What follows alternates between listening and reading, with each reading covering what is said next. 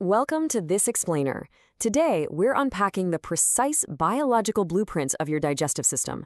Because let's face it, if you're waking up exhausted, bloated, and dealing with brain fog, even after eating a healthy salad, you aren't just dealing with normal, everyday stress. We're talking about a potential collapse of your digestive ecosystem.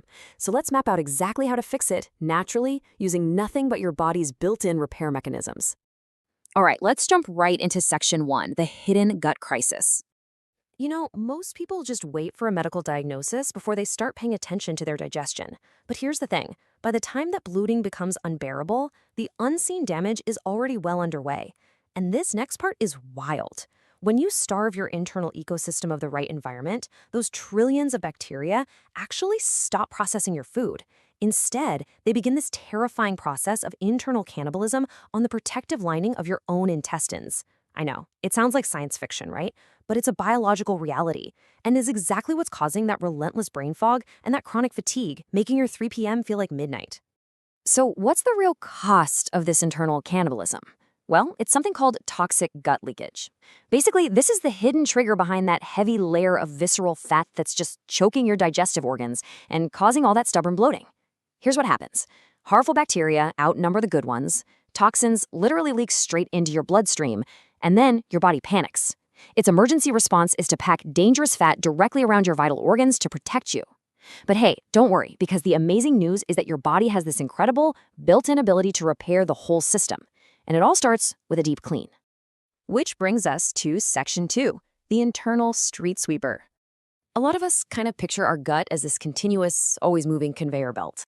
But actually, it has two very distinct modes. You've got eating mode and you've got cleaning mode.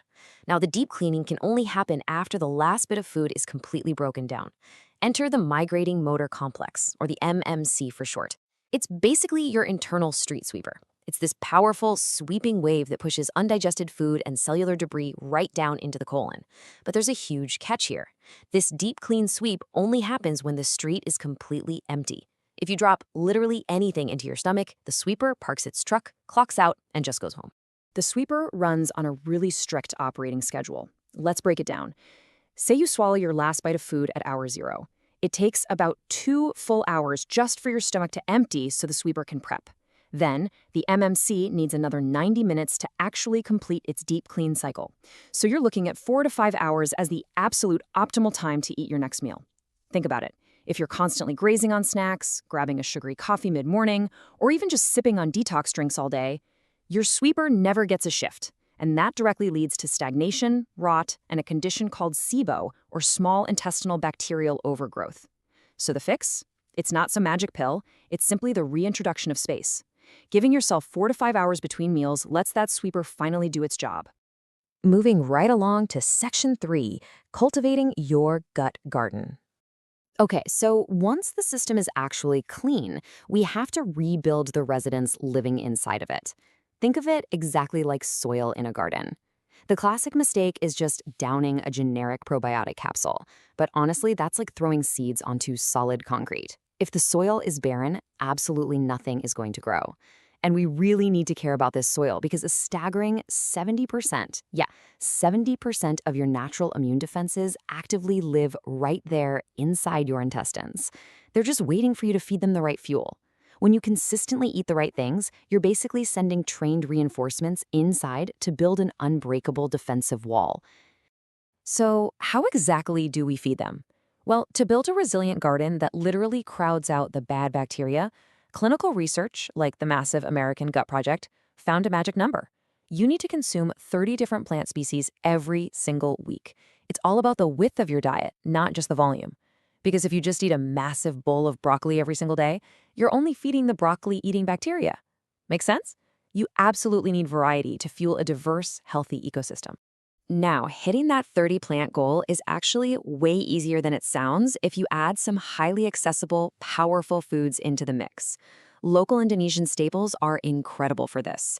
We're talking tempeh, which is a total probiotic powerhouse, papaya and guava for beta-carotene, sweet potatoes and spinach for dense fiber, fermented foods like kefir and tapai, and even simple anti-inflammatory spices like ginger and turmeric. But listen up, because this is absolutely crucial. If you're going to increase your plant fiber, you have to drink at least 2.5 liters of fluid every single day. If you consume all that dense fiber without enough water, it essentially turns solid, and that leads to severe constipation. So remember, increased fiber always demands vastly increased hydration. Let's transition to section 4, the digestion factory clock. You see, when you eat is just as critical as what you eat. Your digestion is completely tied to your natural circadian rhythm. It's helpful to think of your digestion as a literal factory. During the day shift is on. It's fully staffed, you've got peak insulin sensitivity, and active digestive enzymes are totally ready to process complex meals. But at night, it's just a skeleton crew.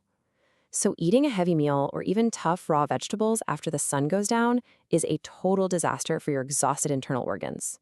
Dropping raw onions or complex heavy sprouts into your stomach at night causes massive strain. The food just sits there, it ferments, it keeps your blood sugar elevated, and worst of all, it completely blocks your body from entering deep sleep and cellular repair. The simplest, most effective fix for this is time-restricted eating. It's all about the daily gut rhythm. Try confining your meals to a simple 12-hour window, say 8 a.m. to 8 p.m. That perfectly aligns your food intake with your body's active phase. Then it gives you 12 hours of metabolic rest, allowing your gut lining to safely regenerate overnight without the heavy burden of active digestion. Oh, and a quick pro tip, always leave at least a 1-hour gap between swallowing your very last bite and actually going to sleep. All right, on to section 5, the mind-gut connection. Now, this mechanism takes us completely away from food. We're looking directly at the electrical wiring of your digestion, because honestly, you could eat the most perfect diverse diet on the planet, but if this one wire is frayed, digestion just completely halts. I'm talking about the vagus nerve. It's this physical, two-way superhighway connecting your brain and your gut, and it dictates whether your body is in survival fight or flight mode or rest and digest mode. Biologically speaking, you literally cannot be in both at the same time. So if you're stressing over a work email or doom scrolling the news while you're eating lunch, your brain perceives a physical threat. It actually diverts blood flow away from your stomach and sends it to your muscles. It physically turns the power off to your stomach. Your food rots instead of digesting, and boom, immediate gas and bloating. It's crazy to think about, but digestion actually begins in the brain, not the mouth. So we have to manually toggle that switch before we eat.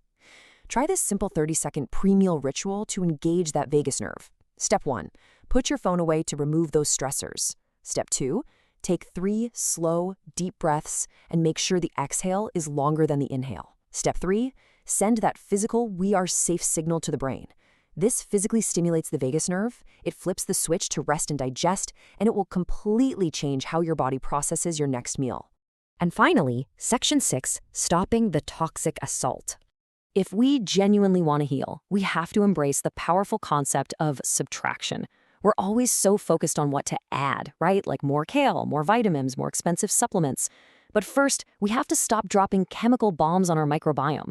Let's look at the hidden assaults we inadvertently allow every single day. Constant grazing halts your street sweeper. Late-night meals overload the night shift. Unnecessary antibiotics, they act like a massive forest fire, burning down the bad and the good bacteria. Even chlorinated tap water acts like a daily mild antibiotic, and pesticide residues on produce act exactly like an internal weed killer. You can profoundly protect your gut by just filtering your drinking water, choosing organic for the heavily sprayed stuff, managing excessive daily stress, and committing to making 90% of your meals safely at home. So, let's bring it all together.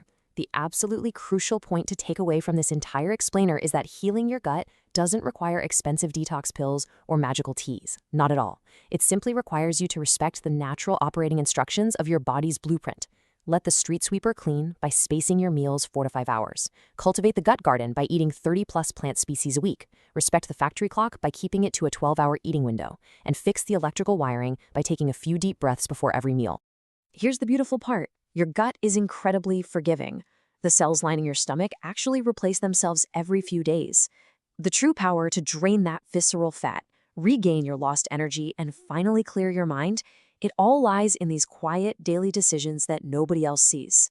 So, take a look at those operating instructions one more time. Which habit are you going to change first today? Start small, stay consistent, and get ready to watch your body heal from the inside out.